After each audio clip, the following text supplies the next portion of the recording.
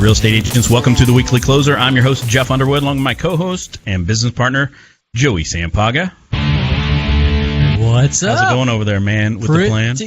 Pretty good. I'm excited about this episode. Absolutely, absolutely. Hey, we are the Real Estate Marketing Maniacs. Oh, yeah. Oh, yeah. Got an awesome guest with us today, and that's Karin Carr, all the way from Savannah, Georgia. She's with Keller Williams Coastal Area Partners. Welcome, Karin. Thank you. I'm very excited to be here. Well, we're excited to hear all the wisdom you have to share about video, for sure. YouTube, specifically. Yeah. So why don't we start by letting the agents know how long you've been in the business and what got you into real estate in the beginning? Sure. Well, I got licensed in 2005 because, for the same reason everybody else does, you think that you're going to work 20 hours a week and make six figures and be able to do it, in your off time. And we all know how that works out. You don't exactly work 20 hours a week, I don't think ever. But and then my husband and I have moved a lot, so I've had to start over in a new market now. This is my fourth time. So since 2005, I was in Northern California, then in Hilton Head, South Carolina, then in Atlanta, and now finally Savannah. So I kind of joke that I'm like the queen of starting over in a new market. There you go. Hey, you could probably come out with a coaching program for that. Yes. Probably good. How to start up in a new market. The traveling real estate agent. There you go. So you've only been in Savannah now for almost a year and a half? Not even. I moved there the beginning of June of last year. So 14 months at this point. Okay, so I'm going to give this a little teaser to the agents that are watching or listening that you've only been in that new market for less than a year and a half. So, but I remember when you sent us some of your information, you said that 75% of your current business now is coming from YouTube. That is correct. In fact, I was just talking to somebody this morning. I have 5 in contract right now, and 4 of them found me from my YouTube channel. That's incredible. Yep. So agents listening and watching, you need to pay attention to this entire episode because this is going to be full of some great content about using YouTube to really grow your engagement, to grow your audience, and to grow your brand. Yeah, and we do get that question a lot. What is the ROI, right, of doing all this social media video stuff? Well, there it is, 75%. Yeah, but you're not paying for ads, right? This is all organic. This is organic. This is people that are doing some sort of either a Google search or they're searching on YouTube, looking for information about the market, and then they watch one of my videos, and then they watch another one, and then they watch another one, and then the next thing you know, they reach out to you. They either call you, they text you, they send you an email and say, hey, I'm ready to buy or sell a house. I found you on YouTube, and, can you help me? It's pretty great because there's really no conversion. They've already decided that they want to work with you. They've already made the decision. So the only time those leads don't convert is if they don't move. Yeah, right. So what you're saying then is, since you're not paying for ads, is that and like Joey was saying, the return on investment, your investment is your time. Correct. That you're putting into this. Correct. And now you've been consistent enough that it's probably just blossomed to a point where people are just finding you left and right.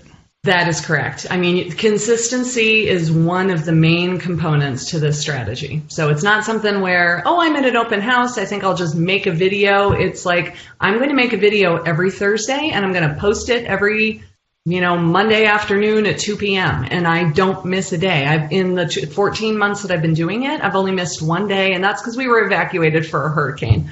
But if I had planned ahead, I'm sure you guys are recording your podcasts in advance and you've got them all ready to go.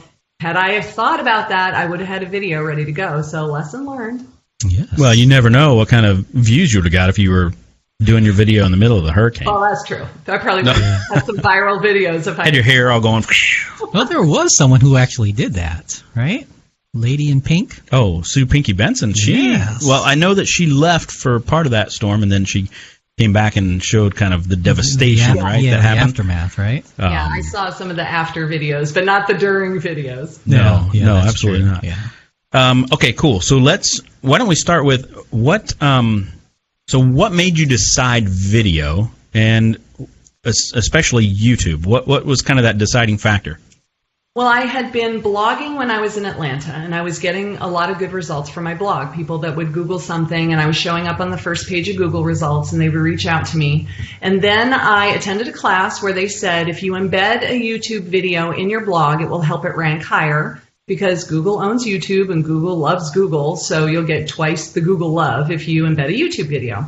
And I started making videos to go along with the blog posts, just for that reason alone. It didn't really occur to me that people were looking for the videos on YouTube itself. Then we moved to Savannah, and 3 or 4 days after we get here, I get this phone call where the man says, "Hi, Karen, you don't know me, but I feel like I know you because I've been watching all of your videos. We're moving to Atlanta. Will you help me buy a house?" And after I yelled at him for having the worst timing in the world, because I had literally just left Atlanta the week before, I referred him to somebody else for a referral fee. Thank you very much. Yeah, that works. But it was kind of like, ding, ding, ding. You don't know me, but I feel like I know you because I've been watching all of your videos.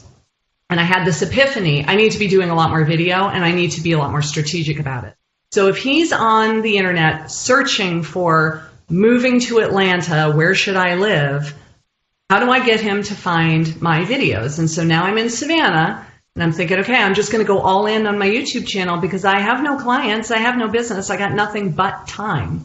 Yeah. And I just kind of obsessed over the idea and learned everything I possibly could about SEO and showing up in search results and what can I do to make people watch my videos so they don't watch the first minute or so and then leave. And I just learned everything I possibly could, decided I was going to make a video every single week without fail. And within 90 days, I got a come list me phone call. And from there, it's just snowballed. Wow.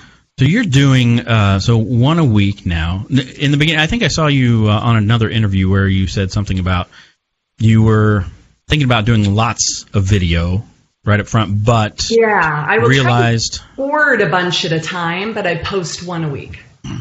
Okay, got it. I thought something about the SEO part of it. You decided, okay, once a week is going to be good as long as I'm putting out something that is really keyword rich versus just a ton of videos that maybe have no SEO quality at all. Right, and that's kind of why I chose YouTube over Facebook Live, for example, was because I figured everybody on Facebook that I'm connected with, they already know me, but they don't live in the Savannah area. Like, the only people that I knew when I got here were my mom and dad that live here, which is why we came, and like 2 other people. So I thought, if I'm making all these videos on Facebook, the people who are going to be seeing them are not really my target audience. They're my friends that live in California, for example. So I thought, if I'm doing it on YouTube and I'm doing it with the intention of making it keyword rich, then I'm going to show up in search results. And yes, it's to a cold audience who doesn't know who I am, but they're becoming very familiar with who I am. And so now I kind of have this reputation of being, the video queen of my market. And that happened really, really fast. Well, yeah, point. If you're putting out one a week, essentially you've gotten where you are now from a dozen or a couple dozen videos at the most then. Well, it's like 52, right? Yeah, 52 for a year. Yeah. And plus... I'm sorry. Yeah, I was thinking... Sorry, I was thinking monthly. Right. I was counting the months. And then you have to correct me. Sorry, bad guess. Don't correct the host. That was bad. No. Oh, I would have corrected him, so we're good. Yeah, 50 plus. So you're probably up to 70 or 80. I do one a week for sure, and then if I get a new listing, I'll do a listing video as well. So it's probably somewhere more like 75. Plus, I'd had the channel for 4 years. I just wasn't really using it very consistently. So I've got a few hundred videos grand total, but just in the past year, it's probably around 70. Yeah, I think YouTube does make sense over Facebook anyway, because when people are doing searches, right, they're going into Google to do a search, or they're going into YouTube to do a search. I don't know if you've ever tried to do a search in Facebook, but it's weird to do a search in Facebook. Yeah, I agree. And I really don't think that's the reason that people are on social. They're not looking to buy or sell a house. They're just killing time at work because they're bored. But if they're on Google and they're typing in, how do I buy a house with no money down? They're interested in buying or selling real estate. They're looking for that information. So when your video is shown to them, they didn't just stumble across it in their timeline. They actually found it because they were looking for it. Sense. I'm going to have to watch that part where I messed up on the math, because that's not normal. Yeah, that is weird. I think my face turned about the color of that mask right there. Oh, that's funny. Okay, anyway, onward. We never said you were math majors, right? Like the whole reason that well, believe it or not, because I don't do math. Jeff is an econ nerd, so him getting numbers wrong is not normal. Yeah. We've been on for 2 hours already, haven't we? No. So why don't talk us through when you learned the SEO stuff. Mm-hmm.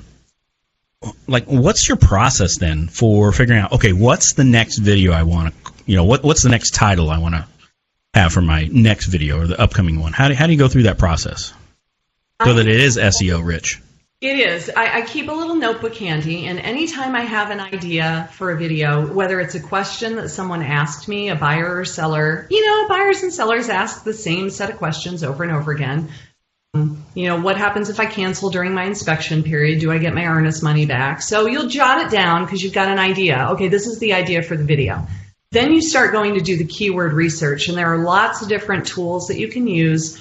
There's, Google AdWords, there's keywords everywhere, there's, another one that's totally escaping me right now. But you can, and then there are paid ones, and these are free. Then there are ones that you can actually pay money for as well. And you're saying, okay, so that's the idea for the video. Now, what are people actually searching for?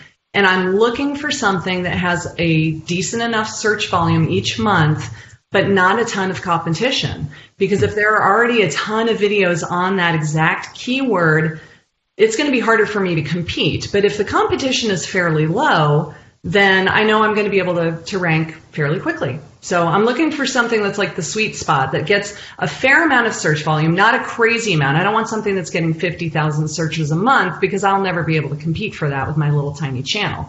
But if it's getting 400 searches a month or 200 searches a month and there's low competition, I know that if I'm strategic with the video that I'm going to be able to rank for that pretty quickly.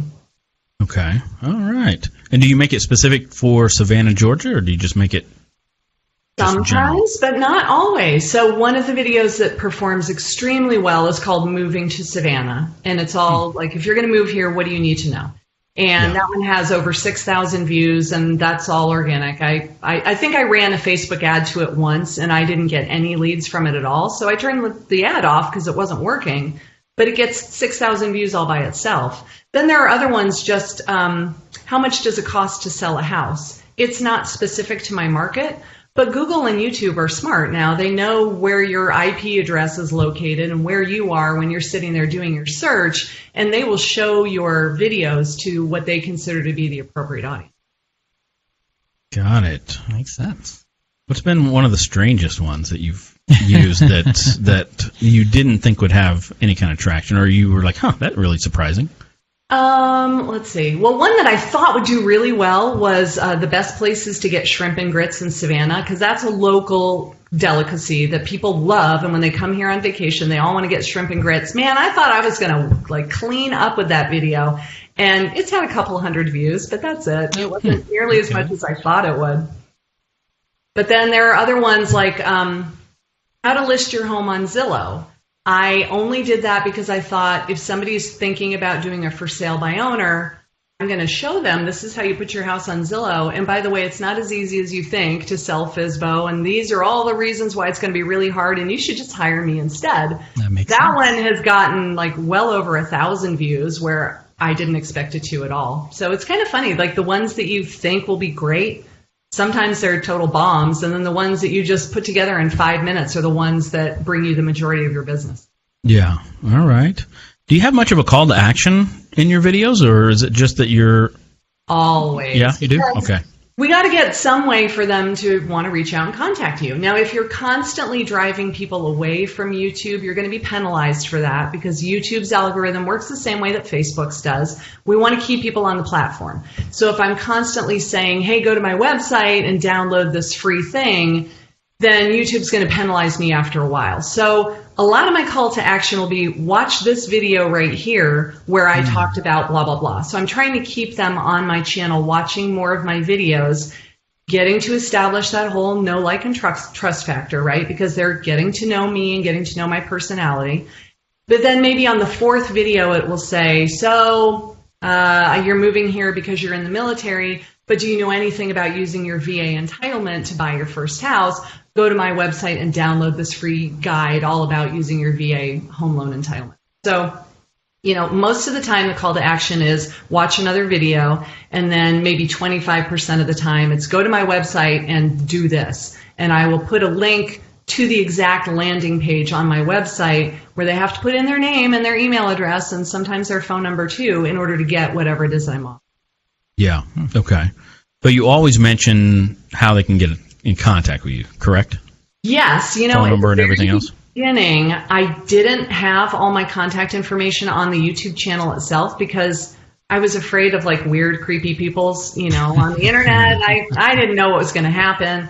And then I had more than one person say, oh my God, I had to look all over to find your phone number. You're really hard to get a hold of. And so now on the About section of my YouTube channel, as well as below every video, it's like, here's how to contact me. Got it. So are you surprised how much business you're now getting from it? I'm completely surprised. I honestly thought, okay, well, this will be good for establishing myself in a new market because nobody knows who I am. I have 0 market share right now. And this will be good for branding purposes. And then when my phone started ringing, it was like, dang, I'm onto something. And after 6 months or so, my office was like, can you teach a class on this to our people? And then other brokers from other brokerages started saying, will you teach a class on this? And Inman invited me to speak at Inman Connect in San Francisco. Yeah, congratulations. This is crazy. Thank you. Gosh, that was fun. And I was really unprepared for how well it was going to work. And now in retrospect, it's like, well, duh, of course it was going to work because you're using SEO to your advantage and you have hardly competition because everyone's afraid to be on camera. And you got to get over your fear of video. You have to. Yeah. Well, you've done so well at this particular niche that you also rolled out an online coaching. Well, not coaching, but a course, right? Right. I made an online course because I was getting probably 5 or 10 phone calls or Facebook messages a week from other agents saying, I found you on YouTube and I've been watching your videos and holy cow, can you teach me how to do this? And I love to teach and I love to tell everybody, yeah, this is what you need to do. And then all of a sudden I realized I was not out showing houses and going on listing presentations because I was so busy telling everybody else how to do it. So I thought I'm going to put together an online course and that way people can just take the course at their own pace. It's all video modules, so you can watch them all in a week or you can watch, 2 a week until the whole thing's finished. It's kind of self-guided. Got it. And that's YouTubeforagents.com, correct? YouTubeforagents.com, that's right. All right. Awesome. Now, I'm surprised she got that link. YouTubeforagents.com. Yeah, that's pretty crazy. Think about it. Yeah. Lucky me. I wish I would have owned it and I would have sold it to her. No, I'm just kidding. So, do you repurpose your videos from YouTube to other places? Not really. I honestly don't. I have occasionally, but I don't really download it and then put it on Facebook. Instead, I will, if the video is 5 minutes long, I might make a teaser video that's about 30, 45 seconds long, and I'll upload that one to Facebook and say, hey, here's this week's video, and it's all about blah, blah, blah, but to watch the whole thing, go over here to YouTube. And so that way, I'm kind of trying to trick the Facebook algorithm, because I am uploading the video natively to Facebook. Yeah. But I want them to get the views on YouTube, because getting all the views on Facebook is not going to help my YouTube count. So I'm really trying to get them over there. Yeah. And are you posting then to your Facebook business page or to your personal profile, or sharing either way? Yeah, I post them on the business page and then I share them to my personal profile. And I share it on Pinterest, I share it on my Google My Business page, I share it on Google Plus, I share it on wherever, all my Instagram. Yeah. Okay. So have you thought about taking some of these now and uploading them to IGTV? Potentially? I have thought about it, except that IGTV is vertical and I shoot all my stuff horizontally. So I think what I'm going to have to do is start shooting it in vertical. Like I might have to have, I film on my iPad. So maybe the iPad will be here and the phone will be here and I'll record both devices at the same time. I don't know. I got to mess around with that. Yeah, there you go. Well, I figured that you putting out the content, you might as well start your own IGTV channel too, right? Yep. You probably don't get it's not going to give you the SEO stuff that you're getting, obviously, but at least it's there. Right. Cool. So what did you, when you decided, okay, I'm going to put, everything into video, I'm going to do this, how did you decide what equipment and things like that? I mean, was it pretty simple to get started? It really was, because I'm a cheapskate. So I used pretty much what I already had. So I have my iPad, which shoots in 4K. So I thought, well, that's got to be a great enough quality camera. I don't need to go buy a new camera. And I had at least 20-year-old tripod. I mean, we've probably had that since like 1987. So it's very, very old. And I just had to buy an adapter for the top of the tripod that could be big enough to clamp around the iPad. But that was like $10. And then I did buy a microphone, but again, my microphone was $20. It was nothing super fabulous. I just bought all that stuff off of Amazon. And I learned that really all you need is natural lighting. So if you can face a big window. So right now I'm facing. Yeah, I can tell by your shadow. Oh, you can? Yeah. So yeah. I was like, well, normally I film with two big lights with the umbrellas like this. But you don't have to. You could just face a window and have natural lighting. So the lights came a little bit later. At first it was just natural lighting, then it was later the lights. I use a Mac, and I have iMovie that comes with your Mac for free. So the editing software I had was free. So I mean, when I first started doing this, total cost of all of everything was well below $100 to get started. So your ROI has been through the roof. Totally through the roof. That's awesome. So you just do it right there in your office most of the time? Or I've seen some of your videos, you're out and about.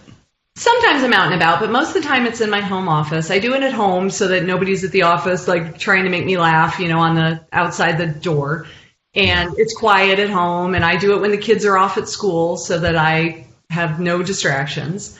And got it. Yeah, most of them are. So Lori Ballin interviewed me once, and she called it a talking head video because it's pretty much just like this. It's just a square with me talking to the video. And then I do lots of B-roll. So if, like the video I did this week, I was talking about the town where my office is, and if you were going to live in this town, what is it like? So there's lots of B-roll showing what it looks like. What is there to do here? What do the neighborhoods look like? What does a typical house look like? Is there stuff to do, or is it out in the middle of nowhere? So lots of other things for them to look at, but it's pretty much just me talking to the camera like this. And the thing that's been really cool for me is that when people call me and say, hey, we're moving to Savannah, we found you online, or we're being transferred to Virginia, we need to sell our house, we found you on YouTube, and I start talking to them, they all say the same thing. They say, we like that you just seem very real and very approachable, not like, hi, here I am in front of my Bentley, and look how much money I make. I think people are kind of turned off by that. Getting out of your private jet? Yeah, and they're thinking, okay, I'm paying that girl way too much money, and she's got that kind of car, right? So instead they say, we really like the fact that you just seem like a normal person. Yeah, that's great. And you just use, you just created kind of a studio backdrop just on the wall there where you, it just looks like you put some little knickknacks and things behind you just to give it a little bit of a personal look. So it's so dirty right now. If I can turn the thing so that you can see it. You know what that is? That is a workbench from Home Depot that you put in your garage. I thought it was cool. It was like the whole modern industrial thing, and I thought it looked like a desk. And then that's essentially just a pegboard that you hang on the wall. Cool. Yeah. You're hanging all your tools, but I figured, I'll clip pictures and stuff up there. So I have that little backdrop behind videos, and it's always pretty much the same set. So it's just consistency with branding, essentially. Yeah. And when you shoot the videos, then, like you said, you usually have a time where you shoot multiple videos, right? Yeah. Do you do like a wardrobe change or anything, or just... Not really. Sometimes. No? Sometimes. Okay. I mean, I was recording once a week, and then that gets hard. That gets to be like, okay, now I'm really busy. I've got all these, like, I've got 2 listing appointments tomorrow, and I've got all this business coming off of YouTube. I got to concentrate. And now I don't have time to record a video. So I figure if I'm going to, set up the equipment and get everything ready, I may as well shoot 4 videos because truthfully, it only takes me 15 minutes per video. It doesn't take that long. because I've already done my keyword research and I already know what my topic is going to be. So I just write out a very brief outline of bullet points, essentially, and I kind of wing it, because if I write out a script, it sounds scripted. It sounds like I'm reading it, and it's like, hi, I am Karin Carr, and I am a realtor, and it sounds stupid. So I have seen a lot of those types of videos on YouTube. And so I figure if I have a bullet point, then it's enough to refresh my memory, but I'm kind of doing it off the cuff. And I'll do one video, and then I might run and change my shirt, or I'll put on a scarf or something like that, just so that if people watched them back to back, they wouldn't necessarily notice. Yeah. But I don't think they do. I mean, I don't think... It probably doesn't matter, right? Right. When you go on YouTube and you watch a video, if one starts to play automatically after it, you didn't choose which video that was. YouTube chose for you. And 9 times out of 10, I'm not going to be wearing the same outfit in that second video. So yeah. Okay. All right. Awesome. So do you do all your editing? I used to. For the first 11 months or so, I did it all myself. And finally, I said, enough of this. I need my time back. And now I outsource it to someone on Fiverr, if you can believe it. Nice. Really? All right. Charges me $10 per video. So editing the video, and then do you use something for transcription and all that too, or? Mostly I still do that myself. So when you upload it into YouTube, in the back end, there is a tab called subtitles, and YouTube transcribes it for you. It's just that it's all wrong. Like everything's spelled wrong. Yeah, you just double check. But it only really, because my videos are only about 5 minutes long, it takes me all of 15 minutes to go in there and fix it.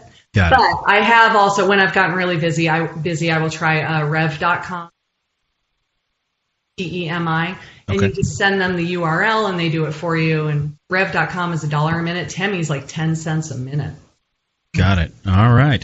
Oh, I forgot to ask you too. So when you do your bullet points for your video, do you have those posted somewhere? Do you do a sticky note on your iPad or anything, or what? So I will just print it out on a piece of paper, and I will hold it right below the camera, and I'll say, hi, I'm Karin Carr. So today we're talking about blah, blah, blah, blah.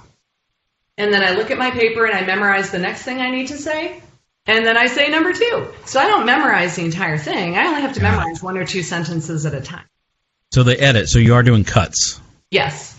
Yeah. Okay. I do cuts, like I cut off the very front where I leaned forward and I pressed the start button, and I cut off the very end, and I cut out, where I flubbed the line and I started over again, or I coughed, or the train went by, or anything like that. Yeah. All right. But it's not big fancy edits by any means. Yeah, I remember those days when I would see people push the play button, and then they'd disappear. You'd hear them walking, and then they'd go around to the front of their desk and sit down.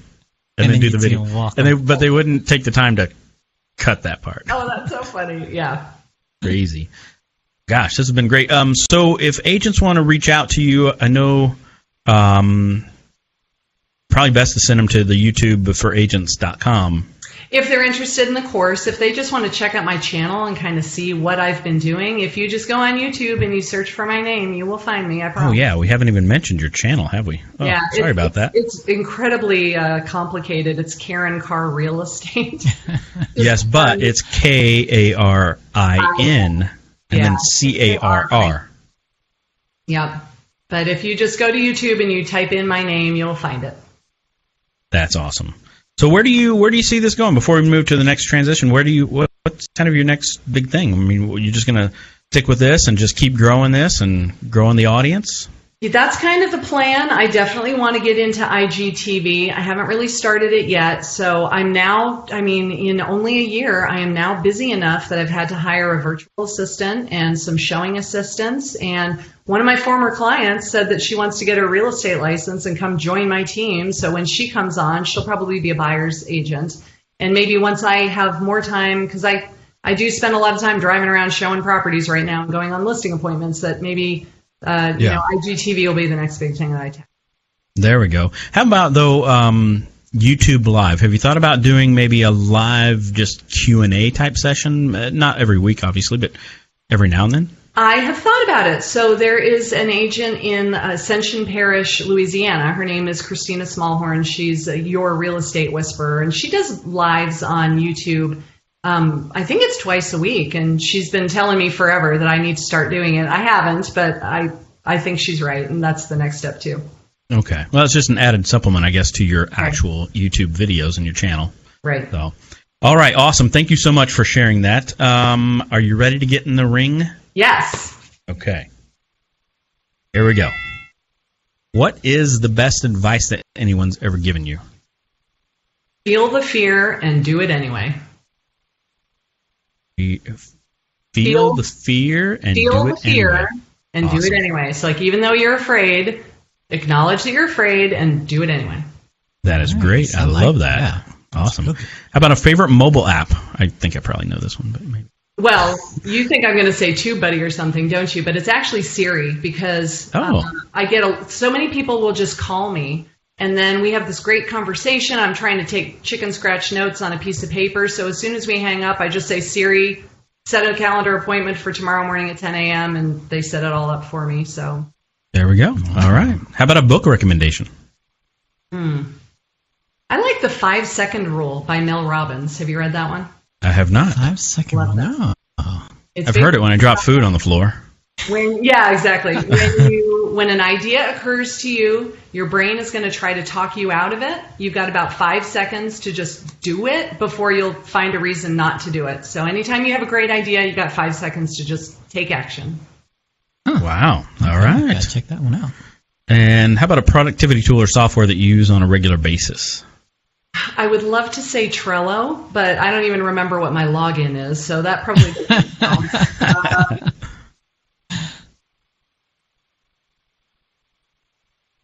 probably my CRM, the mobile app for my CRM. All right. And a final question. I guess we won't have you draw it live from the mask, but I've got one. This is beautiful. What is that, velvet? There you go. Oh, look what she just drew out. So what did you want to be growing up?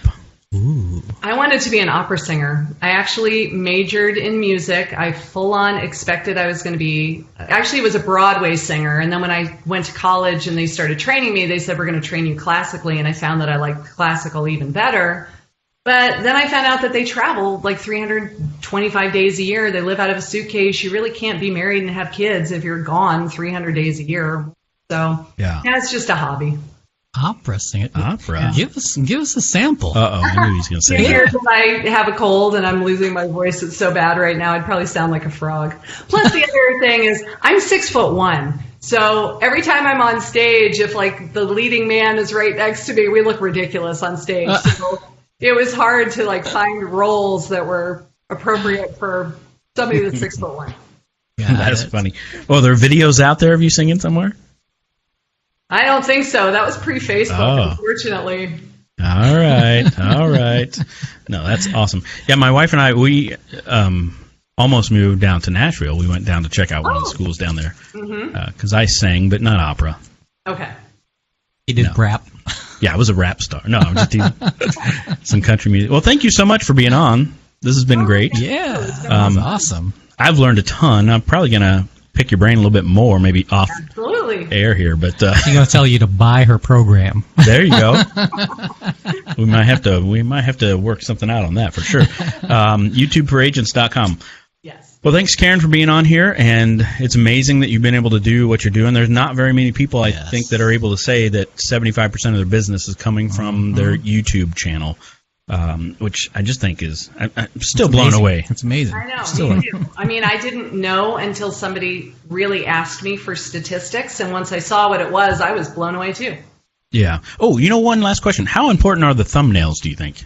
So important, because if the thumbnail doesn't make somebody want to click on it, they're not going to see your video. All right. I figured, because you're using a very unique way. I mean, yours has a very unique flow to it. I just on your channel. You can make your custom thumbnail in PicMonkey or Canva or anything like that, but it has to be compelling enough to make somebody want to click on it in order to even see the video. Got it. They're very awesome. important. All right. Well, thank you so much for being here. And until next time, guys, this is Jeff Underwood. And Joey Sampaga with Karin Carr. Yes, all the way from Savannah, Georgia. There you go. All right. See you, Karin. Thank you. All right. You bet. Bye.